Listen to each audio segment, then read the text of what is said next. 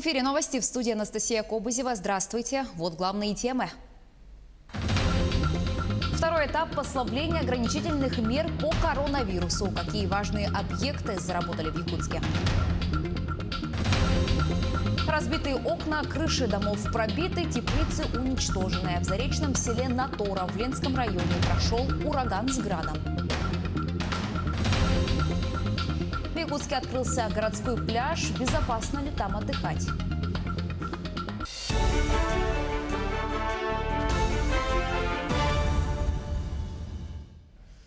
Особое внимание в регионах нужно уделять улучшению условий труда. Об этом заявил президент России Владимир Путин в ходе Совета по стратегическому развитию и национальным проектам. Глава государства напомнил, что этой весной был принят пакет поддержки экономики России. По его словам, в стране удалось не допустить взрывного, как в некоторых странах, драматического роста безработицы. Вместе с тем Владимир Путин признал, что на первых этапах борьбы с коронавирусом не хватало слаженности в действиях. Президент обозначил основные блоки задач, каждый из которых, по его словам, призван сформировать современную среду для жизни российских семей и для развития человека. Понимаю все, что связано с предметом особого внимания. Прежде всего, коллег в регионах должно служить улучшение условий труда в городах и населенных пунктах, сельских территориях нашей страны. Решение жилищных проблем граждан. Чрезвычайно важный вопрос. Так же, как укрепление опорной инфраструктуры, в том числе сети автомобильных дорог. Напомню, что к 2018 году мы набрали неплохой темп строительства и ремонта федеральных автотрасс. За последние 2 года сосредоточили усилия на том, чтобы привести в порядок региональные дороги. Очевидно, что эта работа и дальше должна быть продолжена. При этом, подчеркну, речь идет не только о бюджетных вложениях в инфраструктуру. Важно привлекать новые источники финансирования этих расходов. Использовать опыт наших ведущих компаний. Я уже приводил пример российских железных дорог. Коллеги сориентировались и выстроили хорошую здесь работу. Они выпустили облигации под свою инвестиционную программу. Хорошо идет эта работа. Также отмечу и корпорацию Дома РФ, которая под собственные ценные бумаги привлекает средства на развитие ипотеки. Расширение инфраструктуры, укрепление связей между регионами и территориями страны позволят снять очень многие барьеры для деловой предпринимательской инициативы. Но нужно устранять не только инфраструктурные, но и административные, бюрократические препятствия. К другим темам, 45 новых случаев заболевания COVID-19 выявили в Якутии за минувшие сутки. Об этом сообщила вице-премьер региона Ольга Балабкина в ходе брифинга по эпидситуации. География следующая. 35 заболевших в Якутске, по 3 в Верхневилюйском и Нюрнбергском районах, по 2 в Верхоянском и Чурапчинском. За последние сутки 2 пациента с коронавирусной инфекцией скончались. Всего с начала пандемии в Якутии зарегистрировано 4844 случая COVID-19. Сами по себе, к сожалению, в Нюрнбергском районе случаи являются случаями новыми. Да, значит, это у нас новые появились случаи. Что касается Верхневилюйского района, то так же, как и для всех остальных сельских районов, данные случаи являются непосредственно завозными соответственно, из других районов нашей республики, в том числе большинство из них пока является из города Якутска. В настоящий момент становится сложной ситуацией в более или менее спокойном с точки зрения санитарно-эпидемиологической ситуации в Алданском районе, потому что заканчивается сегодня служебная проверка в Томодском психоневрологическом интернате, в котором непосредственно все-таки по результатам проверки у нас выявлены случаи. Предположительно, мы ждем подтверждения этих случаев, у постояльцев интерната в результате, непосредственно заноса вируса со стороны, персонала интерната. Служебная проверка, непосредственно сегодня будет завершена. По результатам проверки у нас на настоящий момент отстранен от должности, об этом я уже говорила, руководитель. Соответствующую, значит, работу для того, чтобы сейчас усилить медицинское обеспечение в интернате, она проводится, и медиками за субботу-воскресенье еще раз проведено дополнительное медицинское обследование всех, кто находится в интернате, и оказывает соответствующую помощь. Второй этап послабления ограничительных мер по коронавирусу коснулся системы здравоохранения. Столичные стоматологические клиники уже принимают первых пациентов, также начали работу кардиологические отделения поликлиник. Когда откроются другие учреждения здравоохранения, выяснял наш корреспондент Дмитрий Тымыров. С утра в городской стоматологии Якутска очередь. С этой недели здесь начали принимать пациентов по талонам, правда, только в ограниченном режиме. Переходом ко второму этапу мы увеличили количество работающих врачей, в том числе врачей-ортодонтов, врачей-ортопедов. С сегодняшнего дня у нас открыт предварительный плановый прием первичных пациентов, но в ограниченном количестве. На сегодняшний день мы выдали предварительно на завтрашний прием 50 талонов во взрослое отделение, в том числе 20 к хирургу-стоматологу, 30 к врачу-стоматологу-терапевту. Главное требование – соблюдение всех мер безопасности, социальное дистанцирование и дезинфекция мест после каждого приема пациентов. Врачи надежно обеспечены средствами защиты, работают, предохраняя себя, конечно, окружающих. В зоне ожидания все места разграничены, чтобы обезопасить до 1,5 метров и у регистратуры, и в ожидании перед лечебными кабинетами. Такие же меры безопасности с сегодняшнего дня соблюдают и в кардиологических отделениях Якутска. Они так же, как и стоматологии, начали принимать своих пациентов. В связи со вторым этапом послабления Республиканский кардиологический диспансер возобновил свою работу на базе клинико-консультативного отделения Республиканской больницы номер 1. Просим всех пациентов при себе иметь результат анализа ИФА на COVID-19, соблюдать масочный режим, социальную дистанцию. Это лишь часть снятия ограничительных мер в системе здравоохранения. Как сообщили в курирующем министерстве, открытие поликлиник, в том числе и медицинских центров, пока не планируется до улучшения эпидситуации в регионе. Второй этап реализации мероприятий по поэтапному восстановлению профильной деятельности медицинских организаций республики начался у нас уже со 2 июля. И в течение второго этапа реализации мероприятий у нас открыты медицинские осмотры по 302Н приказу. Это предварительные и периодические медосмотры на устройство на работу. У нас открыто в урезанном режиме прием пациентов клинико-консультативный отдел Национального центра медицины, где принимаются пациенты по кардиологическому профилю. В урезанном режиме у нас в настоящее время работает стоматологический центр, стоматологические поликлиники. При больницах тоже также работают. Офтальмологическая больница у нас тоже в урезанном режиме, но начала уже прием пациентов. В ближайшее время прием пациентов тоже в ограниченном режиме возобновят и эндокринологические диспансеры. Полное же восстановление работы поликлиник и медицинских центров зависит от эпидситуации в регионе. В министерстве, в том числе в лечебных учреждениях столицы, просят жителей и гостей республики заранее узнавать, какие требования и как работают те или иные отделения по единым контакт-номерам учреждений или на их официальных сайтах. Дмитрий Тымыров, Григорий Николаев, Якутск. На выплату увеличенных отпускных медработникам правительство России направит более 5 миллиардов рублей. Распоряжение об этом подписал Михаил Мишустин. Речь идет о врачах, среднем и младшем медперсонале, водителях скорой помощи, а также сотрудниках медицинских организаций, подведомственных органам власти. Этой категории работников по поручению президента страны Владимира Путина выплачиваются стимулирующие надбавки за особые условия труда в период распространения коронавирусной инфекции. Выплаты будут учитываться при расчете отпускных. Именно с этим связана необходимость дополнительного финансирования. Средства поступят из резервного фонда правительства России. Более 4 миллиардов рублей получат регионы и еще более 1 миллиарда рублей подведомственные медицинские организации. В заречном селе Натора в Ленском районе ураган с градом разрушил несколько домов и соцобъекты. Прошлой ночью прошел град размером с куриное яйцо. Некоторые крыши домов пробиты, где-то слетел шифер, также разбито большинство окон.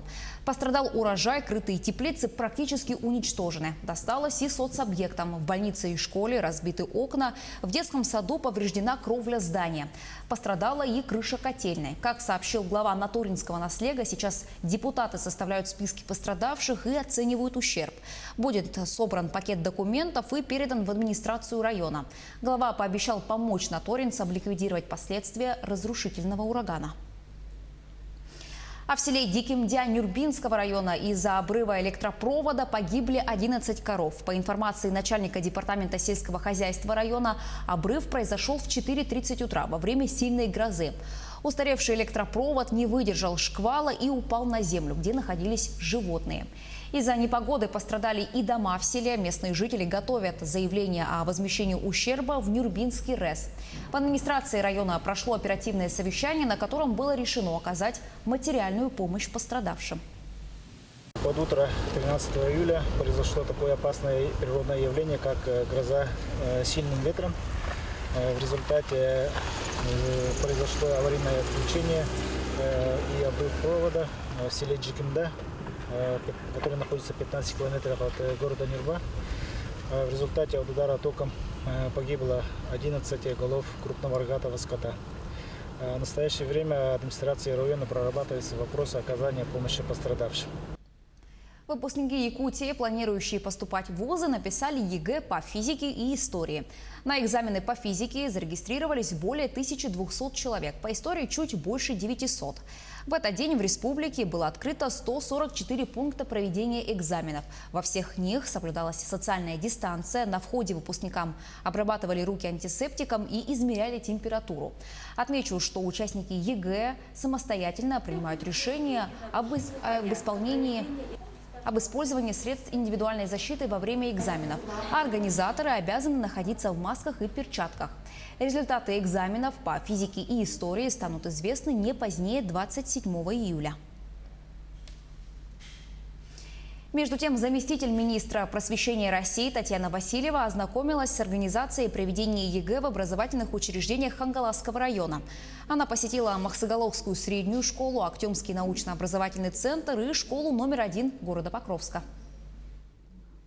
Прежде всего, надо отметить, что те школы, в которых расположены пункты, действительно очень хорошо подготовлены к проведению ЕГЭ, пусть и в такой нештатной ситуации, в ситуации, когда ЕГЭ проводится не в традиционное время. Надо сказать, что все организовано очень четко, доброжелательно, по отношению к детям очень корректно. Организаторы просто не просто выполняют инструкции, а работают так, чтобы ребята чувствовали себя комфортно, несмотря на то, что вот есть немножко такой стресс в связи с непростой эпидемической ситуацией. Поэтому в этом плане ни родителям, ни детям, наверное, не стоит беспокоиться. Все организовано на высшем уровне. Состояние республиканской автодороги Яна после ремонта проверила специальная рабочая комиссия. Все ли идет по графику и есть ли нарушения? Подробности смотрите в следующем сюжете. Напомним, ремонт начался в 2019 году в рамках национального проекта «Безопасные и качественные автомобильные дороги». Подрядная организация ООО «Дортранс» провела работы на автодороге по отсыпке дорожной одежды, выравниванию откосов, укладке водоотводных труб с 509-го километра федеральной трассы Колыма по направлению Тополиная, Токума, Батагай, Усть-Куйга, Казачье, Нижнеянск на участке от 0-го до 10-го километра в Тампонском районе. Всего за прошлый год было отремонтировано более 17 километров автодороги. Финансирование составило порядка 156 миллионов рублей. Вот она дорога шла здесь. Вот заложили, даже карьер заложены с условия, что нам даст возможность, выбирая вот этот карьер, в общем-то, мы его берем отсюда, видите, как глубоко можно по верху режем, чтобы кривую выположить, или если не получится выположить, значит откроем видимость. Тут очень крутой закрытый поворот. По проекту здесь 8-очка, мы делаем 10-ку. Потому что при 8-ке здесь дует сильно, постоянно заносы. При 8-ке снег расчистить некуда. Да и в общем сейчас длинномеры такие машины идут. На 8-ке, на наших очень крутых кривых, делая это, мы не перебивали кривые. Кривые остались дальстроевские, а они там 100, 200, 300 метров под те скорости и машины. И они, в общем-то, это сейчас уязвимое место, при такой скорости будет поворот. В этом году на автодороге Яна в Тамбонском районе будут продолжены ремонтные работы на участке с 10 по 30 километр. Всего на эти цели выделено более 210 миллионов рублей. Из них 42 миллиона 680 тысяч предусмотрено на текущий год. Работы выполняются по календарному графику.